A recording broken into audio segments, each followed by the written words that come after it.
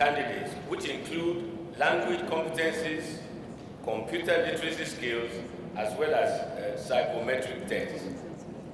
Merit-based recruitment is reinforced by capacity building and development strategy with training packages which target A, employees at the point of entry in service, i.e. an orientation training, B, professional training tailored to profession, C, training package for medium and supervisory leaders, and D, training package targeting the senior leaders, while customizing specific programs for the candidates for the permanent deputy posts. Then, a training package for retiring employees for planning their post-retirement life. I feel particularly happy to notice this transformation because I had the privilege of serving once in Singapore as a visiting professor. And I met the chairman of the Public Service Commission there while in Singapore, and I asked him, what are the major challenges that you encounter as the head of the Public Service Commission of Singapore? And I expect, like in my country, Nigeria, that you talk about the problem of recruitment, the issue of promotion, the issue of punishment or sanctions against staff who are not behaving, and all of that. He said, no, we are past that. We are past that. So I said, well, what exactly then do you do? He said, well, we've decentralized those functions to the departments and parastatals. And what we concentrate on is to ensure that merit is the key to all we do not compromise. And I'm sure that this insistence on merit in recruitment, in promotion, in leadership positions, and identifying the future leaders of the country way in advance of when they are going to take over the leadership is one of the reasons that in the lifetime of the founding father of Singapore, Lee Kuan Yew, Singapore moved from a city-state, a sleepy fishing port city into, from the fourth world, if you may, to the first world in the lifetime of a leader.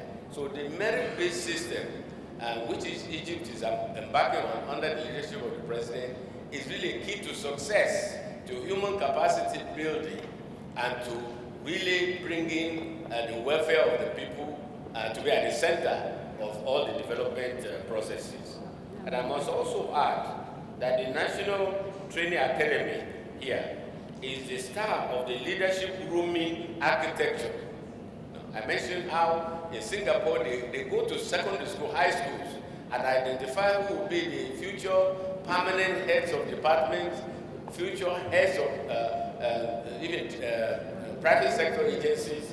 That for me, what is attractive is that model is what the Africans are now saying with Egypt as a leader that we have to emulate, and the establishment of the National Training Academy is the start of the leadership grooming structure, with training programs for civil servants, presidential leadership program, and international program.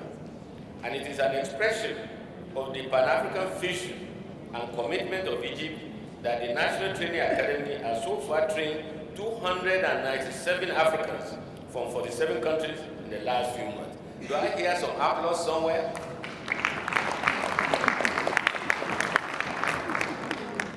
Sometimes I feel I should go to such training myself, but I think it's a bit too late.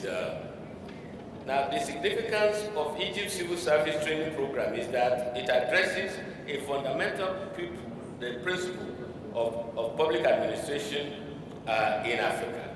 All African countries, all African regional organizations, such as SADC, such as ECOWAS, such as ECAS, and here in North Africa, and even the AU itself, are prolific in formulating and adopting policies, but the downside is the weak and often ineffective success in executing them.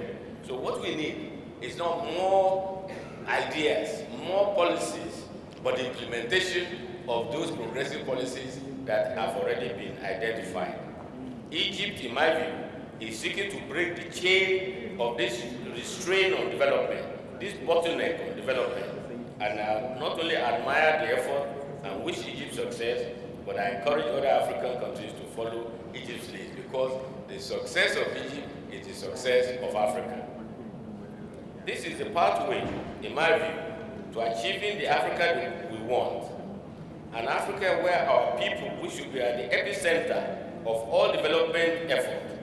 The people that they live in peace and security, they feel included in all the developmental processes and governance processes. They exercise their right to choose the government under which they wish to live, their right and freedom of expression, freedom of movement, freedom of association, and where the priority of all governments in Africa is the welfare of the people. I want to thank you very much, and it is my great honor and privilege to declare this conference closed.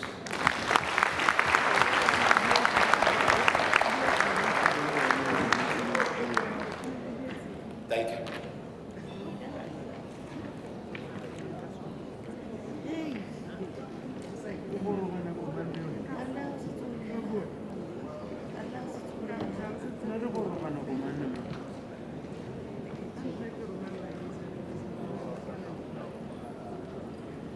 Hello, everyone.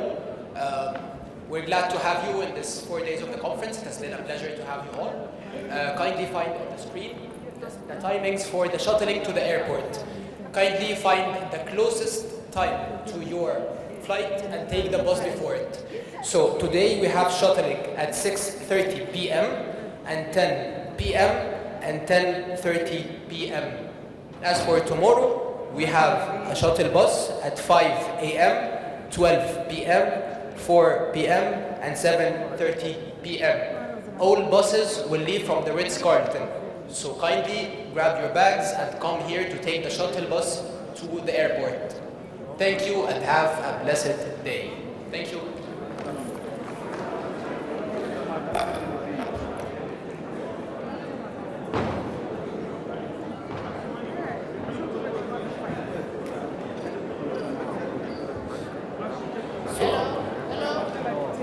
So thank you everybody for being here, and our sincere greetings from Cairo. Thank you, APAM, for this great effort. Thank you, Dr. Roland Mesteska, this wonderful effort, and we hope that you had fruitful, enjoyable, and fun days. Please, would you all of you join us on a group photo to mark this end?